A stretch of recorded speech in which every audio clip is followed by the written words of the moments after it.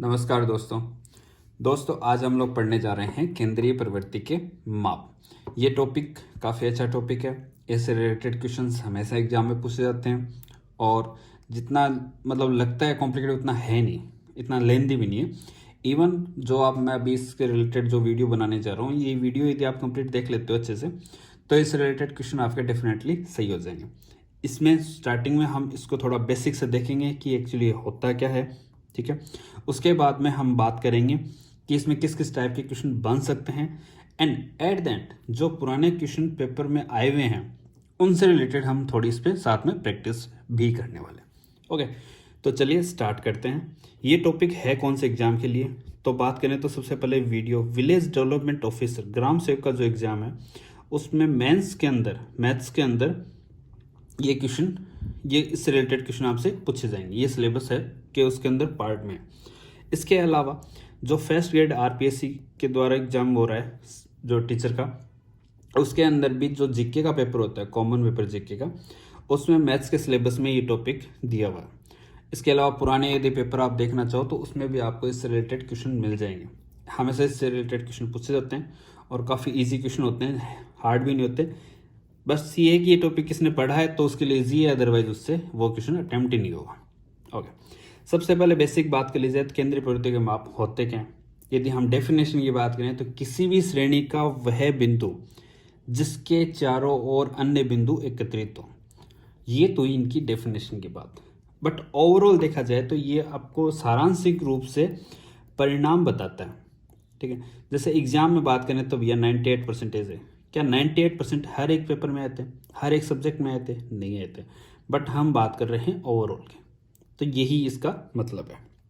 चलिए अब हम एग्जाम पॉइंट ऑफ व्यू देखते हैं, क्योंकि हमारा एग्जाम है वो ऑब्जेक्टिव टाइप से है तो ज़्यादा डिटेल में हमें परिभाषा पे गौर करने की ज़रूरत नहीं है, बस थोड़ा सा हमें पता होना चाहिए।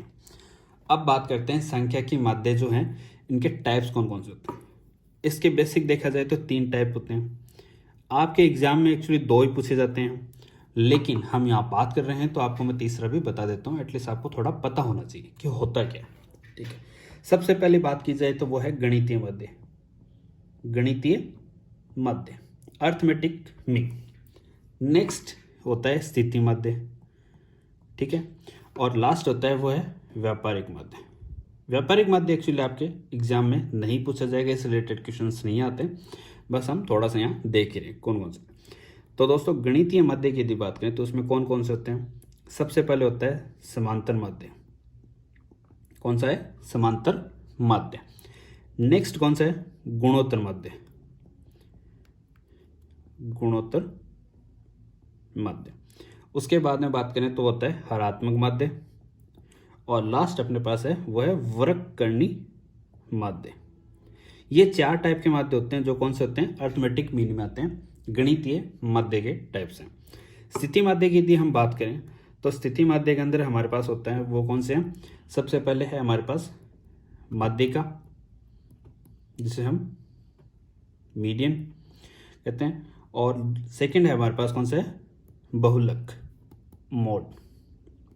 ये 2 टाइप्स कौन से हैं? वो हैं सांख्यिकी माध्य के स्थिति पार्ट के टाइप्स हैं, ठीक है। व्यापारिक की यदि बात करना चाहें तो आप चाहो तो लिख सकते हो, वो है चल मध्य। नेक्स्ट अपने पास है प्रगामी, और लास्ट है वो है संग्रहित मध्य। ये 3 टाइप होते हैं, लेकिन इस रिलेटेड क्वेश्चंस में आप एग्जाम में क्वेश्चंस नहीं पूछे जाएंगे तो इसलिए अभी के लिए इंपॉर्टेंट नहीं है। बाकी एज पर नॉलेज के हिसाब से आप देखना चाहो तो ये भी इसका एक टाइप है। ओके, तो बेसिक तौर पे हमें इनको पढ़ना है। इनसे रिलेटेड क्वेश्चन हमेशा एग्जाम में पूछे जाते हैं और बहुत सीधे बहुत सिंपल से क्वेश्चन होते हैं। ओके, चलिए स्टार्ट करते हैं। नेक्स्ट यदि हम बात करें तो समांतर मध्य। समांतर मध्य किस किस टाइप के होते हैं, किस किस टाइप के इनसे रिलेटेड क्वेश्चन पूछे जाते हैं, उस पर बात करें उससे पहले मैं चाहूँगा कि आप एक क्वेश्चन अटेम्प्ट करने की कोशिश करें। वो क्वेश्चन ये है, निम्नलिखित में से बताइए कि कौन सा स्थिति माध्य है। ओके, हमारे पास ऑप्शन है समांतर मध्य, माध्यिका, गुणोत्तर मध्य, हरात्मक मध्य। तो दोस्तों आपको याद हो तो मैंने अभी आपको बताया था कौन से होते हैं। यदि हम देखें समांतर मध्य, गुणोत्तर मध्य, हरात्मक मध्य, ये तीनों ही किसके प्रकार हैं? अर्थमेटिक मीन के, अर्थमेटिक मीन के, गणितीय माध्य के प्रकार। लेकिन माध्यिका और बहुलक ये किसके पार्ट होते हैं? स्थिति माध्य के। तो हमारा राइट आंसर हो जाएगा माध्य का। तो इस टाइप से भी आपके एग्जाम में क्वेश्चन पूछा जा सकता है। ठीक है, चलिए अब स्टार्ट करते हैं हम समांतर माध्य से। समांतर माध्य को हम डिनोट करते हैं x बार। ठीक है, अब इसमें क्या कि 3 टाइप से क्वेश्चन बन सकते हैं, 3 इसके प्रकार कह सकते हैं हम। सबसे पहले सीरीज की बात करें तो वो है व्यक्तिगत श्रेणी या इंडिविजुअल सीरीज। ओके, नेक्स्ट वो है खंडित श्रेणी, डिस्क्रीट सीरीज, और लास्ट वो है सतत श्रेणी मतलब कंटिन्यूस सीरीज। ये 3 टाइप्स होते हैं इसमें, जिससे इस टाइप से मतलब क्वेश्चंस बनते हैं अपने पास। तो देख लेते हैं कि इसमें कौन कौन से टाइप के किस किस तरीके से अपने क्वेश्चंस बनते हैं और उनको सोल्व करने के फॉर्मूले क्या क्या हैं। सबसे पहले यदि व्यक्तिगत सीरीज की बात करें तो उसमें आपको x की वैल्यू दी हुई होगी, केवल x की वैल्यू दी हुई होगी। ठीक है, जैसे मान लेते हैं हमारे 2, 3, 4, 5, 7, 9 ऐसे करके आपको सिर्फ x की वैल्यू दे दी और आपसे पूछ लिया गया कि बताइए इसका समांतर माध्य क्या होगा। तो ये कौन सी सीरीज है? सबसे पहले बात करें तो ये इंडिविजुअल सीरीज है समांतर माध्य की, और इसे ज्ञात करने का फॉर्मूला क्या होता है? वो होता है ये सिग्मा का साइन है, सिग्मा x बटे n, मतलब ये x जितने भी हैं इनका सबका टोटल। ठीक है, इनका टोटल करो फिर divide by number of the point. कितने हैं? 1 2 3 4 5 6 हो गए। इनके टोटल की बात करें तो ये 10 टोटल हो गए 30 डिवाइड बाई 6, वैल्यू आ गई अपने पास 5। तो x बार की वैल्यू अपने पास क्या आ गई? 5 आ गई। ओके, ये तरीका है इसको सोल्व करने का। सिंपल है, एकदम इजी है, हालांकि इतने इजी भी आपसे एग्जाम में क्वेश्चंस नहीं पूछे जाएंगे। ठीक है, चलिए, लेकिन आपको पता होना चाहिए बेसिक तौर पर। नेक्स्ट यदि हम बात करें तो इसका फॉर्मूला मैं एक बार आपको दोबारा लिख के छोड़ देता हूँ ताकि आपको याद रहे, हालांकि इसको बाद में हम दोबारा भी रिपीट कर लेंगे। सिग्मा x बटे n। चलिए नेक्स्ट हम बात करें डिस्क्रीट सीरीज, खंडित श्रेणी। खंडित श्रेणी में एक्चुअली आपको 2 चीज़ें दी हुई होती हैं, एक x और सेकंड होती है उसकी फ्रीक्वेंसी। ओके, एज एग्जाम्पल के तौर पे हम कुछ नंबर्स ले लेते हैं 1 2 3 4। इनकी यदि फ्रीक्वेंसी की बात करें तो 2 4 5 8 ऐसे कुछ भी हो सकता है फॉर एग्जाम्पल। ऐसे सीरीज को सोल्व करने का तरीका क्या होता है? वो ये होता है सिग्मा एफ एक्स बटे sigma F. Okay, sigma F x आप कैसे ज्ञात करोगे? उसके लिए क्या करना है आपको? एक सेकेंड, सिग्मा एफ एक्स के लिए हम क्या करेंगे, एक और बना लेते हैं। एफ और एक्स मतलब इन दोनों का क्या करना है अपने को? मल्टीप्लाई करना है। ये 2, ये 8, ये 15, ये 32, ये आ गया सिग्मा एफ एक्स। इसका सिग्मा एफ एक्स हम निकालेंगे डिवाइड बाई सिग्मा एफ।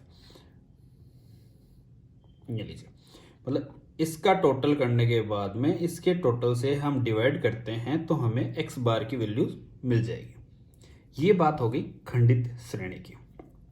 तीसरी लास्ट बात कर लेते हैं सतत श्रेणी, कंटिन्यूस सीरीज। कंटिन्यूस सीरीज में एक्चुअली क्या दिया गया था? यहाँ पे आपके पास फर्क इतना है कि यहाँ पे आपको एक्स दिया गया है, इसमें एक्स नहीं होता, इसमें हमें मिलेगा वर्ग अंतराल। ओके, इसके साथ में हमें फ्रीक्वेंसी दी हुई होगी। वर्ग अंतराल की बात करें तो 0 से 10, 10 to 20, 20 to 30, 30 to 40 ऐसे मिल जाएगा। फ्रीक्वेंसी वही लिख सकते हैं 2, 3, 5, 7 वॉटेवर, कुछ भी हो सकता है। ओके, चलिए मैं इस साइड को इरेज कर लेता हूँ थोड़ा ताकि अपने को जगह मिल जाए लिखने के लिए। ओके, तो इस टाइप से आपको क्वेश्चन दे दिया जाएगा। अब इसे सोल्व कैसे करना है? इसे सोल्व करने के लिए आपको कुछ नहीं करना, सिंपल सा है। यहाँ पे हमें x की वैल्यू ज्ञात करनी होगी, उसके बाद में फॉर्मूला तो वही सेम ही है। अब भैया x की वैल्यू कैसे ज्ञात करोगे? तो उसके लिए क्या करना है, ये वर्ग अंतराल जो दिया हुआ है आपको, ये वर्ग अंतराल जो दिया हुआ है आपको, इसमें आपको क्या करना है, first value plus second value divide by the 2।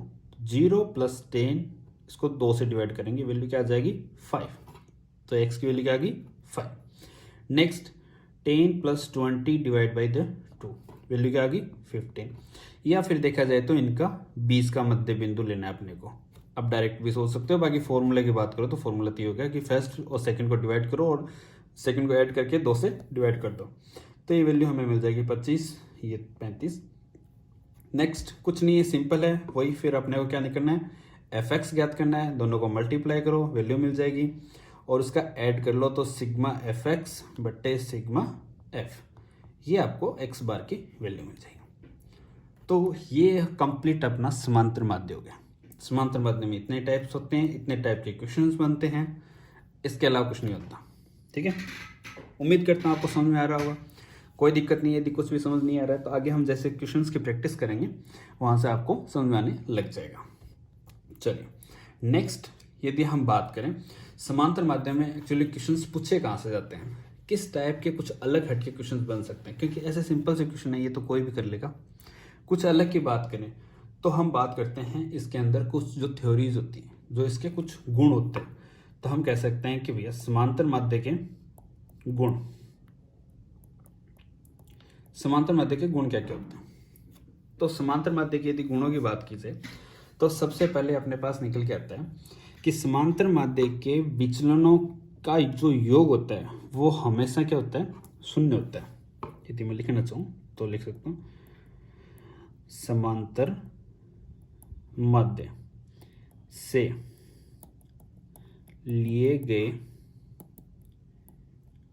विचलनों का योग क्या होता है, शून्य होता है।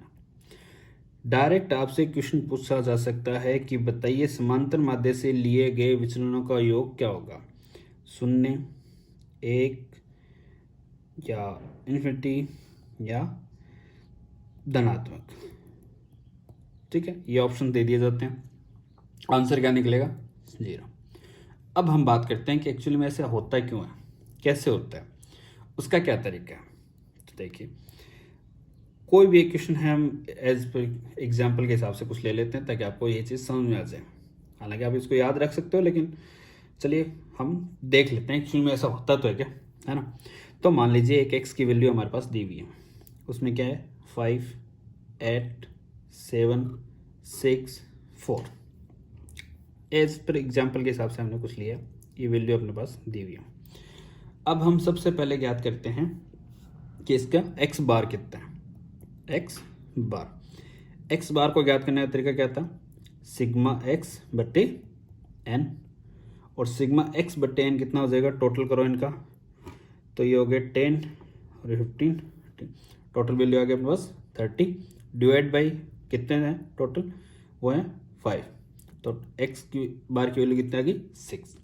ओके, चलिए तो हमने क्या पढ़ा कि समांतर माध्य से लिए गए विचलनों का योग क्या होता है, शून्य होता है। तो समांतर माध्य क्या आ गया हमारे पास 6 आ गया, तो हम समांतर माध्य से विचलन लेते हैं तो x माइनस एक्स बार करते हैं, x बार की वैल्यू क्या है अपने पास 6 है, तो 5 माइनस 6 करेंगे क्या आएगा -1,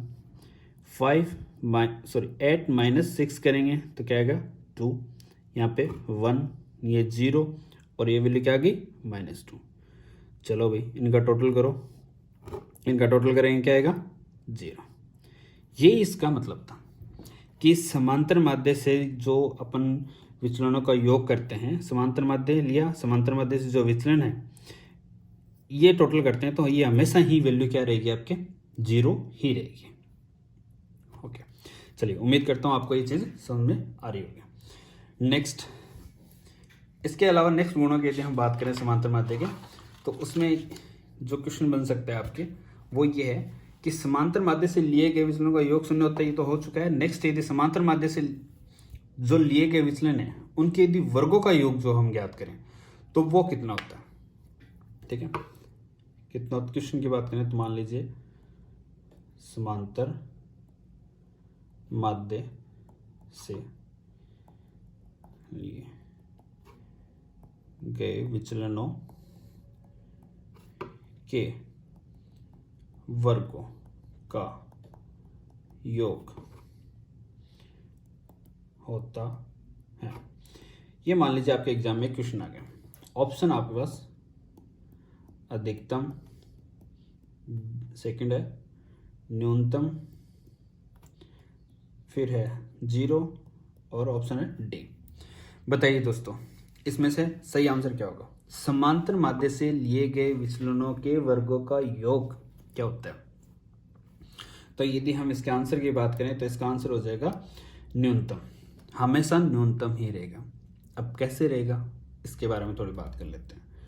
चलिए एक फिर से एग्जांपल लेते हैं। x की वैल्यू अपने पास है 5, 8, 7, 6, 4। ओके, x बार की बात करें तो x बार क्या जाएगा अपने पास 6। ओके, चलिए अब इससे विचलन लेते हैं अपन। x माइनस एक्स बार, वैल्यूज क्या आ गई? -1, 2, 1, 0 और -2। अब ये तो आ गया समांतर माध्य से विचलन। अब इसका हमें क्या करना है? वर्ग करना है, स्क्वायर करेंगे। वैल्यूज क्या आ गई? 1, 4, 1, 0 और ये 4।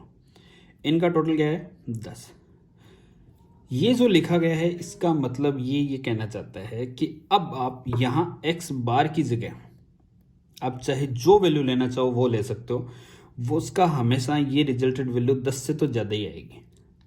ठीक है, हमेशा ये वैल्यू न्यूनतम तभी रहेगी जब यहाँ पे आप समांतर माध्य की वैल्यू लेते हो तब। आप चाहो तो कुछ एग्जाम्पल के लिए कुछ भी ले सकते हो। जैसे मान लीजिए हम 5 ले लेते हैं। ठीक है, तो x माइनस 5 करेंगे, x माइनस 5 करेंगे, यहाँ क्या आएगा? 0, यहाँ क्या आएगा? 3, यहाँ क्या? 2, ये 1 और ये -1। अब चलिए इनका स्क्वायर कीजिए। 0, 9, 4, 1, 1, टोटल करके देखो क्या है वैल्यू हमारे पास? वैल्यू आ गई 15, 10 से ज़्यादा है। तो ये वैल्यू हमेशा न्यूनतम ही रहेगी, इसका मतलब ये।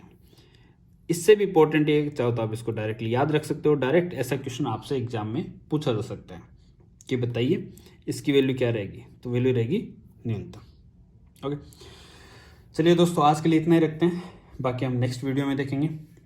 नेक्स्ट वीडियो में हम बात करेंगे माध्यिका और बहुलक के बारे में, और उसके बाद में लास्ट जो है वो ये है कि माध्यिका, बहुलक और समांतर माध्य, इन तीनों में आपस में रिलेशन क्या होता है। आप चाहो तो मैं एक फॉर्मूला है वो आपको बता देता हूँ, बाकी हम इसको डिटेल के अंदर तो नेक्स्ट जो है उसी के अंदर बात करेंगे। यदि हम फॉर्मूले की बात करें इनके रिलेशन की, तो आप एक याद रख सकते हो, x bar minus z equals to 3x bar minus m। ये इनका आपस में रिलेशन होता है। किस किस का? समांतर माध्य, सॉरी माध्य, माध्यिका और बहुलक। यदि लास्ट ईयर के एग्जाम के आप पेपर देखना चाहो ना, तो वहाँ से आप डायरेक्ट ये क्वेश्चन आया हुआ है कि बताइए माध्य, माध्यिका और बहुलक के बीच में रिलेशन कैसा होता है, किस टाइप का रिलेशन होता है। आपको 3-4 ऑप्शंस दे दिए जाएंगे और उनमें से एक ऑप्शन सही होगा। तो उसके लिए आप इस फॉर्मूले को याद रख सकते हो। अगले जो क्लास है उसमें हम देखेंगे कि किस तरीके से ये फॉर्मूला आता है, किस तरीके से इसका यूज होता है और किस टाइप कैसे कैसे इससे रिलेटेड क्वेश्चंस बन सकते हैं।